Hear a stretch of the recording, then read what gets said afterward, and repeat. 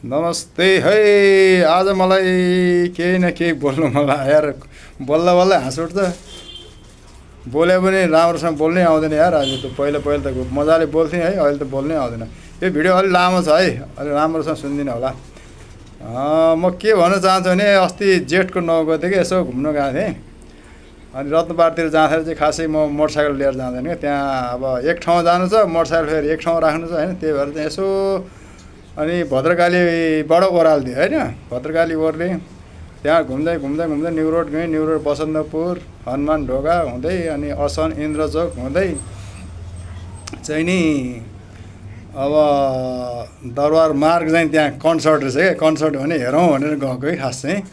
यो कुरा चाहिँ म अहिले गर्छु है। एउटा के भने नि, अब बसमा चढ्यो भने अब हेर्नुहोस् त, अब वाइवे फ्याक्ट्रीबाट भद्रकाली गएर 35 रुपियाँ धेरै महँगो भयो नि होइन।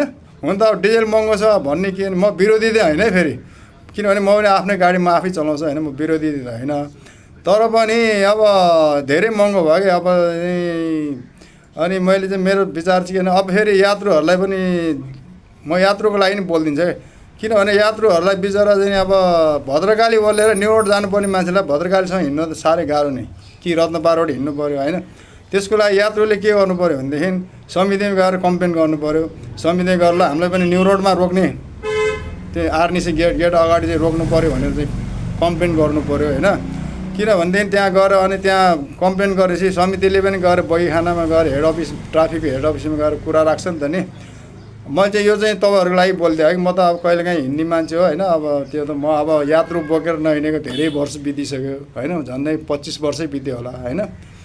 अब 25 भनेपछि अब मैले के अनि यसो ठ्याक्क त्यहाँ पुगेपछि धरहर ठ्याक्कै याद आयो कि मलाई। आज धरहर चढेर जाउँ के अरे जस्तो लाग्यो कि मलाई। अनि यसो गएँ, टिकट कति होइन 200 भन्छ है। अनि के हो यस्तो, अब धरहर चढ्न 200 रुपियाँ टिकट एकदम महँगो भयो नि होइन। साधारण व्यक्तिले अलिकति रमाइलो, थोरै पैसा रमाइलो गर्नु सक्नु पऱ्यो क्या होइन।